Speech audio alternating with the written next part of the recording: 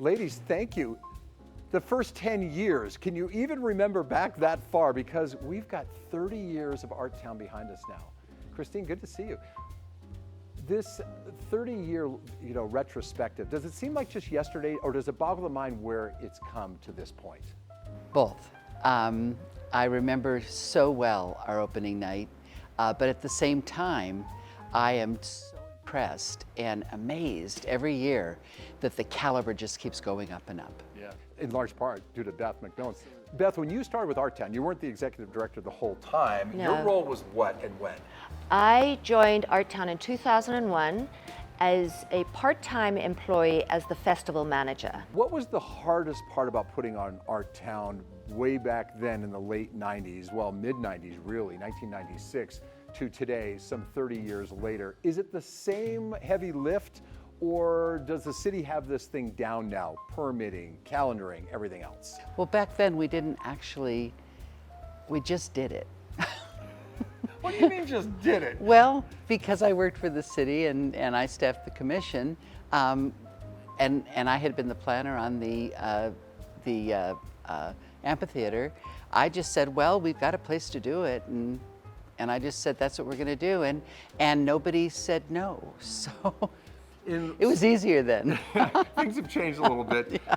How many acts? Because it used to be 3 weeks, not the entire month of July, full 4. How many acts would there be then compared to today? Well, our first year, we had one per day, plus the Reno Municipal Band played it at the noontime in the bandstand, and we started doing Discover the Arts. So really, it was one main thing at night. Boy, that's changed now. And on the original poster, all the events are written on the original poster. Now we have a little book, and this year, because we've got so many events, it's going to be like 130 pages.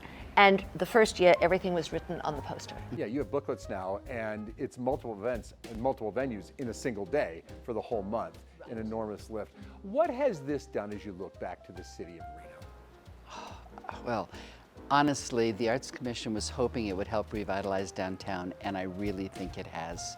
I think the proof is in the pudding, so to speak. The bringing the arts downtown and bringing people back downtown really encouraged property owners and everybody else in the city and everybody involved downtown to bring up their game, and the empty storefronts started filling up again. It's just been miraculous. It really has. And miraculous growth in our area. Our town's kind of mirrored that growth, Beth.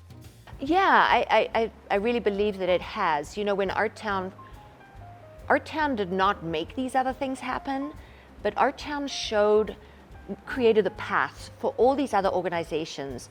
We've got the highest climbing wall in the world. We've got a AAA baseball park, which was originally slated to open in Sparks.